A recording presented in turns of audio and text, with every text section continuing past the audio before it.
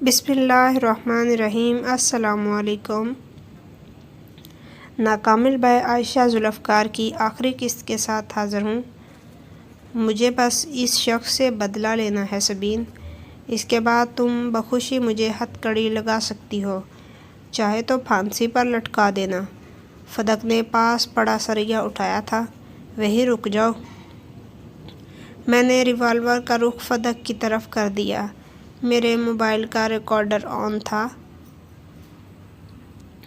اجالا کو کیوں قتل کیا؟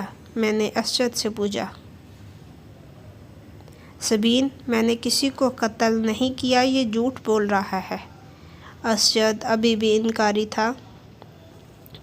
تمہارے یا اس کے پاس کوئی ثبوت نہیں ہے کہ اجالا کو میں نے قتل کیا ہے؟ اس نے کہا۔ مجھے اجالا کے قتل سے کوئی سروکار نہیں ہے۔ تم نے سنان کو گولی ماری، بس یہی کافی ہے۔ فدق نے 2 قدم آگے کو اٹھائے تھے۔ تمہارے پاس اس کا بھی کوئی ثبوت نہیں ہے، اسجد نے کہا۔ اسجد، میری بات سنو، مجھے اپنے 10 کروڑ بڑے پیارے ہیں، بالکل ویسے جیسے تمہیں اپنی جان اور آزادی پیاری ہے۔ تمہارے پاس صرف 2 منٹ ہیں، مجھے بتاؤ کہ اجالا کو کیوں قتل کیا اور چلے جاؤ۔ میں کہتی چلی گئی۔ یہ تم کیا کر رہی ہو سبین؟ میں نے بڑی مشکلوں سے ڈھونڈا ہے اسے۔ فدق میری طرف مڑا۔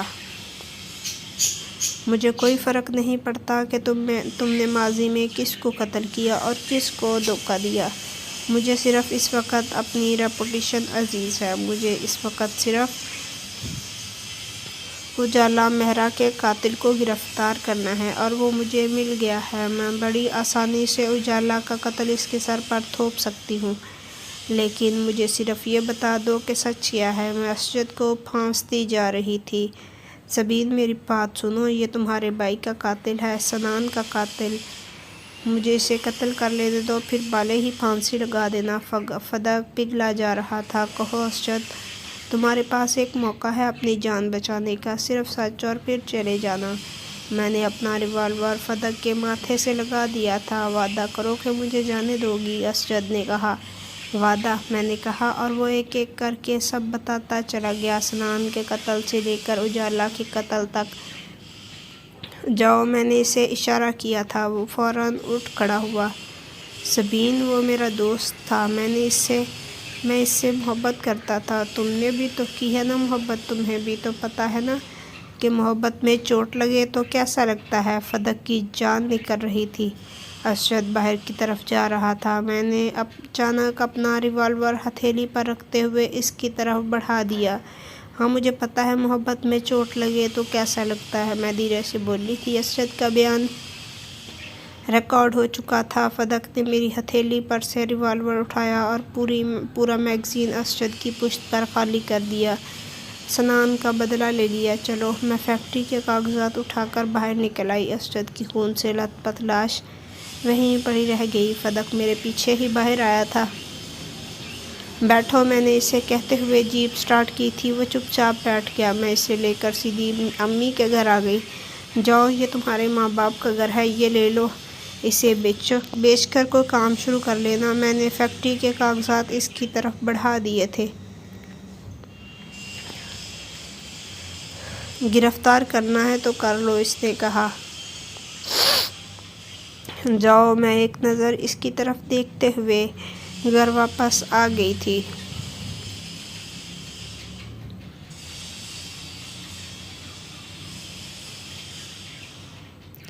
اے ایس پی سبین رائے کی ایک اور جیت۔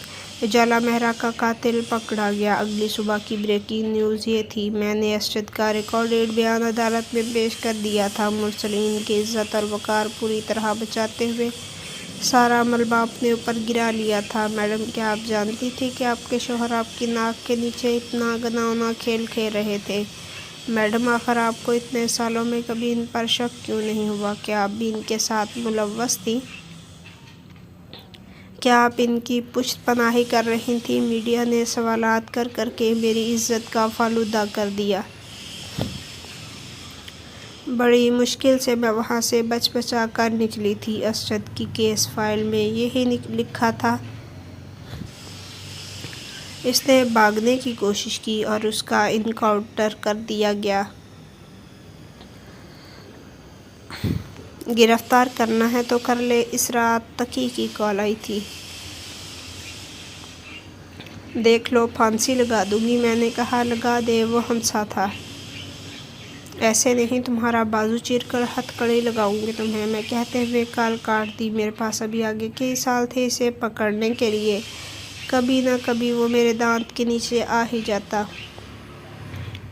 اجالا مہرا قتل کیس شٹ ڈاؤن ہو چکا تھا۔ وہ مارچ کی ایک خوشگوار شام تھی جب میں پولیس اسٹیشن سے باہر نکلی۔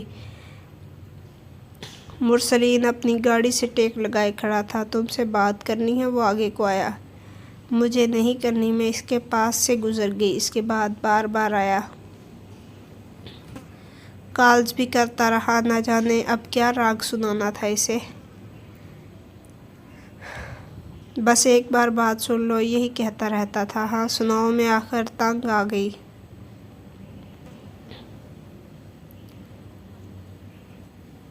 معاف کر دو، بولا بھی تو کیا کر دیا، میں نے کہا۔ وہ بس مجھے دیکھ کر رہ گیا۔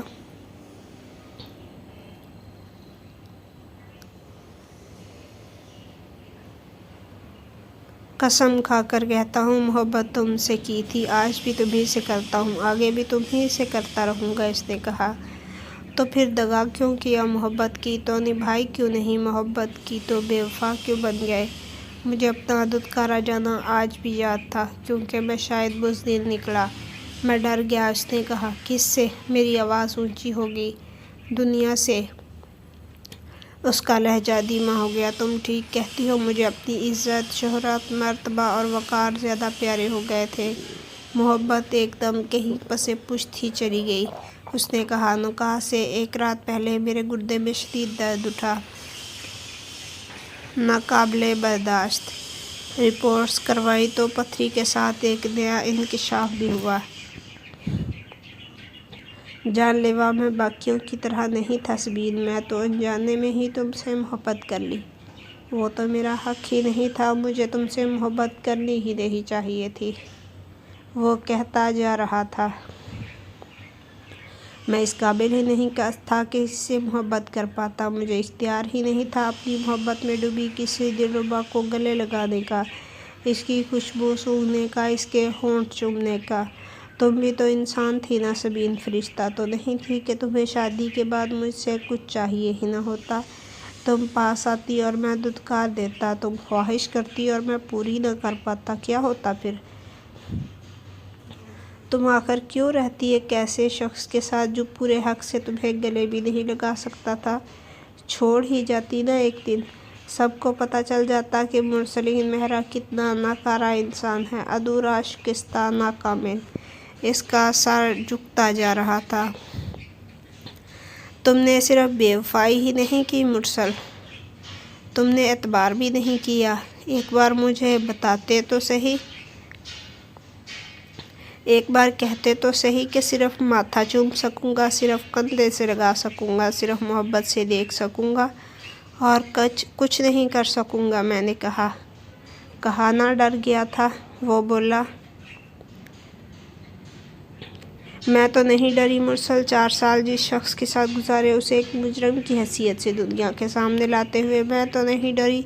لوگوں نے انگلیاں بھی اٹھائیں، آوازیں بھی کسی، تانے بھی دیے، لیکن میں تو نہیں ڈری۔ رسوائی کا کیا ہے، انسانوں کی ہی ہوتی ہے۔ ابن آدم ہو کر بھی دامن پر داغ نہ لگیں تو ابن آدم ہی کیوں کہلائیں؟ میں کبھی ماں نہیں بن سکتی، کسی سے نہیں چھپایا، سب کو بتایا، میں تو نہیں ڈری۔ کیا ہوا جو ہم مکمل نہیں ہیں؟ کیا ہوا جو ہماری ذات میں کوئی نہ کوئی خامی ہے؟ فرشتے تھوڑی نہ ہیں ہم، انسان ہی ہیں، اس لیے ناکامل ہیں۔